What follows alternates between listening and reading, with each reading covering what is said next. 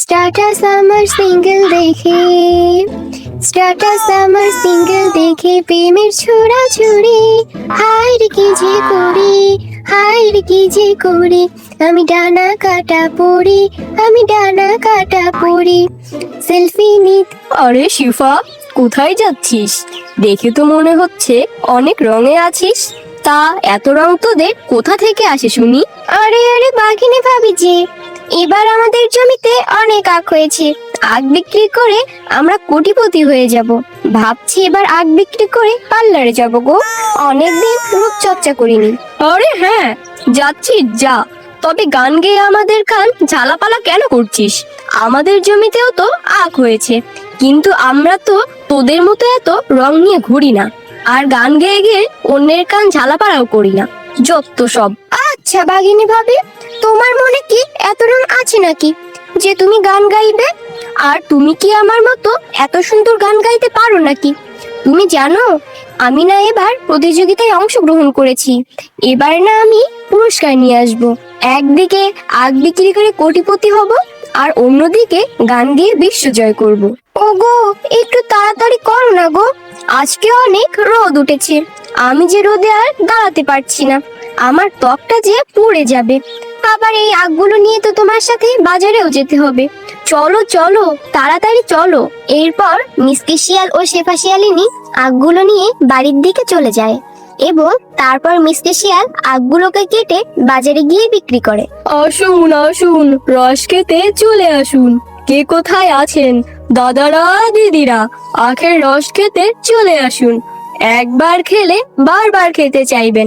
আসুন আসুন। ও মিসকে ভাই, তোমার জমির আখগুলো দেখে মনে হচ্ছে অনেক তরতাজা আর সুস্বাদু, দাও তো আমাকে এক গ্লাস। মিসকের জমির আখের রসগুলো মিষ্টি হয়, তার আখের রস সহজে ক্রেতারা খুব পছন্দ করতে থাকে, এবং তার আখের রস খুব তাড়াতাড়ি বিক্রি হয়ে যায়। আর অন্যদিকে বাঘমামা বাজারের এক কোনায় দাঁড়িয়ে থাকে, তার দোকান থেকে কেউ আখের রস কিনে খায় না, এই জন্য বাঘমামা রাগে ক্ষোভে বাড়ি ফিরে যায়। কি গো, তুমি আজ এত তাড়াতাড়ি বাড়ি ফিরে এলে? আজকে কি বেচাকেনা হয়নি নাকি? আর তোমার মনটা এত খারাপ কেন? তোমাকে যে বাজার আনতে বলেছিলাম সেটাও তো দেখছি আনুনি। হ্যাঁ গিন্নি, আজকে আমার দোকানে একদম বেচাকেনা হয়নি, আর আজকে আমার মনটাও অনেক খারাপ। ওই মিসকে আমার ব্যবসায় লাল বাতি জ্বালিয়ে দিয়েছে।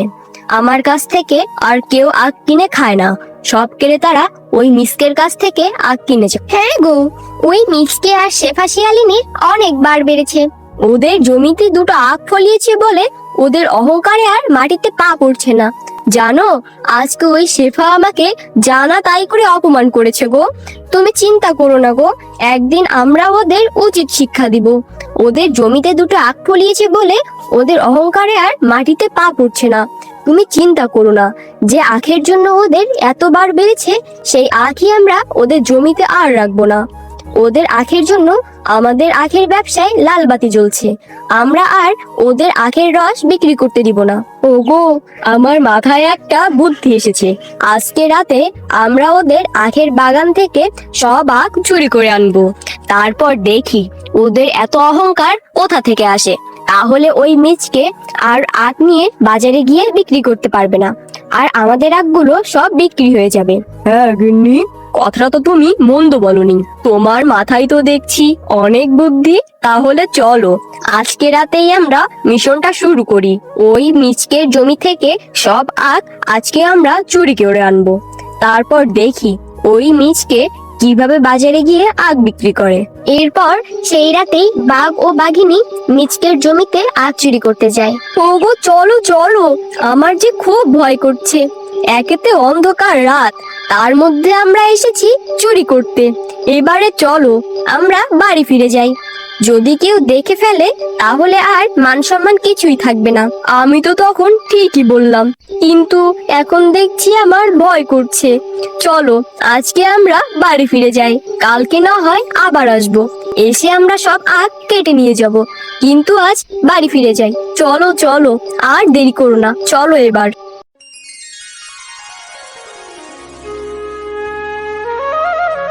পরের দিন সকালবেলা মিসকে ও শেফা শিয়ালিনী যখন তাদের আখের জমিতে যায়, তখন তারা দেখে তাদের জমির আগগুলো কারা যেন কেটে নিয়ে গেছে। ওগো, এত বড় সর্বনাশ কে করলো গো? এখন আমাদের কি হবে গো? এখন আমাদের স্বপ্ন সব ভেঙে চুরমার হয়ে গেছে। এখন আমরা কি করব? কত শখ করে ফসল ফলিয়েছি, আমাদের এই ফসলের পিছনে কত টাকা খরচ করেছি। আমার সব স্বপ্ন যে মাটিতে মিশে গেল। আমার যে আর পার্লারে যাওয়া হবে না গো। এ যেন আমাদের আগগুলো কেটে নিয়ে গেছে। এখন আমরা কি করব গো? বউ, তুমি দুঃখ করো না, যে করেছে আল্লাহ তার বিচার করবে, তুমি দেখে নিও। যে কয়টা আখ আছে আমাদেরকে সেগুলো রক্ষা করতে হবে। ওগো, আমার মাথায় একটা বুদ্ধি এসেছে গো।